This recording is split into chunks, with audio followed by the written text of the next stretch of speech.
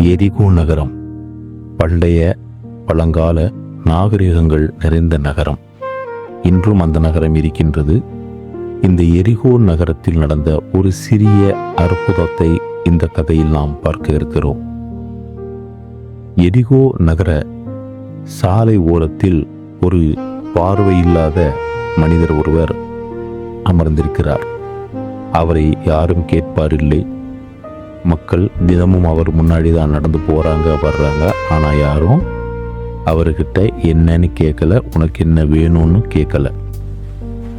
ஆனாலும் அவரும் அவர் வாழ்க்கையை கடத்திக்கிட்டு போறாரு. அந்த மனிதர் சாலையில திடீர்னு நிறைய பேர் சத்தமா பேசிட்டு போறத உணர்றார். அது என்ன அப்படின்னா, இயேசு கிறிஸ்து அந்த பக்கமா வருகிறார் அப்படிங்கிற செய்தி அவருக்கு அதில் விழுது. பார்க்க முடியாத நமக்கு இயேசு கிறிஸ்துவை எப்படி பார்க்க முடியும்னு தோணுனாலும் இருந்தாலும் ஒரு நம்பிக்கை அவருக்கு இருக்கு.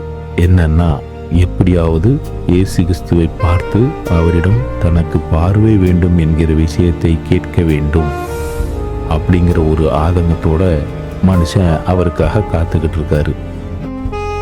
அந்த நேரம் பார்த்து சத்தம் அதிகமாக இவர் இயேசு கிறிஸ்துவை பார்க்க முடியாம போயிடுமோ அப்படிங்கிற ஆதங்கத்துல தன்னை மீறி சத்தமாக உரக்க குரலில் தாவீதின் குமாரனே அப்படின்னு கூப்பிடுறாரு. அப்போ அருகில் இருந்த எல்லோரும் சேர்ந்து அவரை திட்டுறாங்க. சத்தம் போடாத, சும்மா இரு அப்படின்னு எல்லாரும் சத்தம் போடுறாங்க. அப்போ அவர் அதை பொருட்படுத்தாம திரும்பவும் தாவீதின் குமாரனே தாவீதின் குமாரனே என்று உரக்க குரலில் சத்தமிடுகிறார். அப்போ எல்லா மக்களும் திரும்பி பார்த்து, உன்னை சத்தம் போடாதுன்னு சொன்னா கேட்க மாட்டியா, கொஞ்சம் அமைதியா இரு அப்படின்னு எல்லாரும் சொல்றாங்க. அந்த நேரம் இவர் கத்துன சத்தம் இயேசு கிறிஸ்துவோட காதுல விழுது. அப்போ அந்த அற்புதமான விஷயம் நடக்குது. ஜீசஸ் நடந்து போறத நிறுத்திட்டு நேரா அந்த பார்வையில்லாத மனிதன் அருகில் போய் நிற்கிறார். அங்க பெரிய கூட்டம் இருக்கு. அங்க யாருமே அந்த மனிதனை கவனிக்கல. ஆனா இயேசு கிறிஸ்து அவனை கவனிச்சு அவன் அருகில போய் நின்று அவனை திரும்பி பார்த்து அவன்கிட்ட மெதுவா கேட்கிறார், உனக்கு நான் என்ன செய்ய வேண்டும் அப்படின்னு இயேசு அவர்கிட்ட கேட்கிறார்.